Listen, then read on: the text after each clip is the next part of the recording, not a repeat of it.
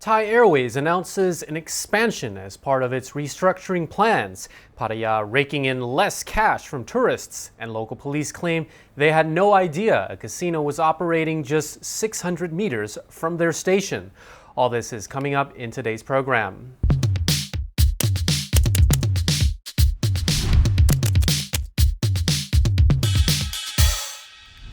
You're watching Thailand News Today, bringing you the latest top stories in Thailand and beyond. My name is Jet Gunther, and in our first story, Thai Airways announced it is renting 3 more planes and hiring 600 more staff this year as part of its restructuring plans. After cutting costs, selling stock, chasing debt, and distributing plane seats, Thai Airways' turnover rate in the third quarter of this year is expected to increase. Not only that, the president of the Reorganization Committee, Piyawat Amaranan, says he expects the company to be back in black within the next 2 years. Piyasawat added that Thai Smile Airways, a subsidiary of Thai Airways, has seen an increase in passengers. He said the number of passengers is at about 80% of the pre-COVID days.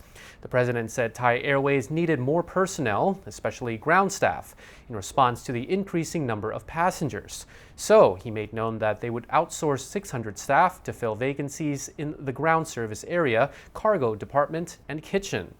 The number of company staff will be raised to 15,000 next year. Piyasawat added that Thai Airways had 68 aircraft and would rent another 3 in preparation for China reopening. He revealed that China would accept flights from Thailand next month, but only 15 flights per week at the moment. The company is also expecting more travelers from India and European countries as Thailand approaches its high season from October to December. Moreover, Thai Airways will resume direct flights from Bangkok to Milan and Bangkok to Oslo by the end of this year or the beginning of next year, and increase flights from Bangkok to Jeddah in Saudi Arabia from 4 to 7 flights per week. Piyasawat believes Thai Airways will be back in black and on track by 2024 and end its reorganization plan in 2025. As Thailand slowly rises from the ashes of COVID's economic destruction, more foreign tourists are heading to Pattaya. But, according to the city's mayor, Poromet Ngapichet, the catch is that they're spending less money.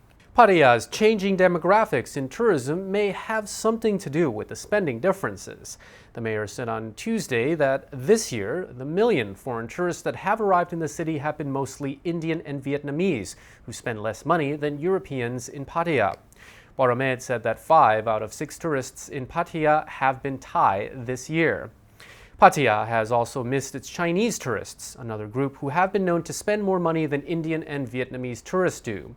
Earlier this month, some food vendors at Pattaya's floating market said the government should work on bringing back Chinese tourists for this reason. Poromet noted that many tourist attractions are still operating below full capacity, but he said that as the number of tourists rises, this could change by the end of the year, offering more employment opportunities to Thais. Thailand has drawn 3.3 million foreign tourists between January and July this year, according to the Tourism Authority of Thailand.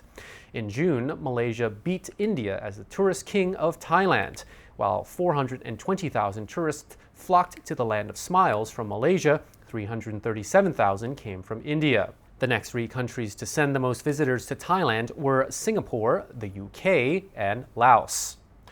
CCTV footage taken in the early hours of Tuesday morning reveals a man stealing 300,000 baht cash from an illegal casino in the Dindang area of Bangkok. The man, known as Mak Anusawari, stole the money after gambling away more than 1 million baht, allegedly. Mac raided the gambling den on Soi Pracha Songkro 8 armed with a gun on Tuesday morning in an attempt to steal back his losses. Sanuk News reports that Mac slapped the casino's 2 owners in the face before robbing the cash at gunpoint. Popular Thai media channel PPTV has poked fun at officers from Dindang Police Station who claimed they did not know that the casino existed, despite it being located just 650 meters away from the police station. PPTV even posted a picture of Google Maps to prove it. Although gambling is illegal in Thailand, it is very common. Locals told reporters that the casino has been operating for a long time and believe that Dindang police officers were well aware of it. The commissioner of the Metropolitan Police Bureau has ordered 5 Dindang police officers to be transferred to work at the Metropolitan Police Division 1, where they can be kept a close eye until the case is investigated fully by the National Anti-Corruption Committee. Police are preparing to arrest the thief on robbery charges as well as charges under the Firearms Act. The police have also launched an investigation into the illegally operating casino.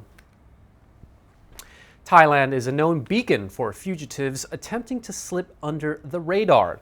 Thai police are worried that when tourist arrivals spike in the high season between October and February, that the country will also see an influx of foreign criminals. Thai police are working with embassies all over the world to set plans in case foreign crooks slip through the net. The Land of Smiles has traditionally been one of the top source countries for the extradition of felons to the U.S. All kinds of criminals are found in Thailand: child molesters, rapists, drug traffickers, murderers, money launderers, and people with hair that is obscenely fabulous. Most criminals get let into Thailand under the guise of tourism.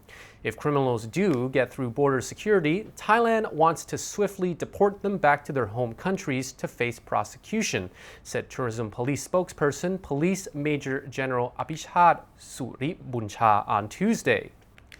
The Royal Thai Police has been working with 18 embassies worldwide to plan for the smooth deportation of crooks. In July, a Chinese man wanted on an Interpol red notice for trafficking Chinese people across borders to work in call center gangs in Laos and Cambodia was arrested at Suvarnabhumi Airport.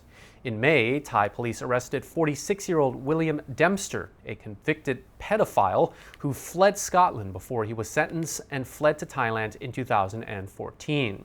After 8 years on the run in Thailand, he was finally extradited to the UK to face prosecution.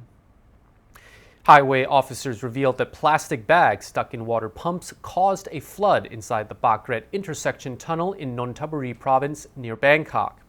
Officers from the Nonthaburi Highway District investigated the Bakret intersection tunnel yesterday to determine the cause of the flood on August the 21st.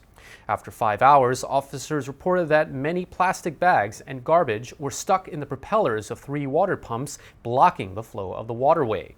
Officers removed and cleaned the propellers and put them back, and the system is now operational once again. The Deputy Director General of the Nonthaburi Highway District, Sopon Pansang, advised the water pumps needed to be changed to work more efficiently. Sopon said that the water pumps have been in use since 2007 and are old, and the automatic system controlling the water pumps has stopped working. Highway staff have to stay overnight to turn the water pumps on and off when the rain is expected.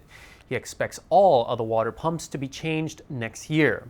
Sopon says the department has a short-term solution in place to deal with future flooding before the water pumps are changed. Officials will visit the tunnel more often, clean garbage, check water pumps, and monitor water levels inside the tunnel via security cameras. And that concludes our report for Thailand News Today. The show will be back on Monday, so stay tuned for that. Meanwhile, have a wonderful weekend, everyone, and you're now up to date on the Thaiger.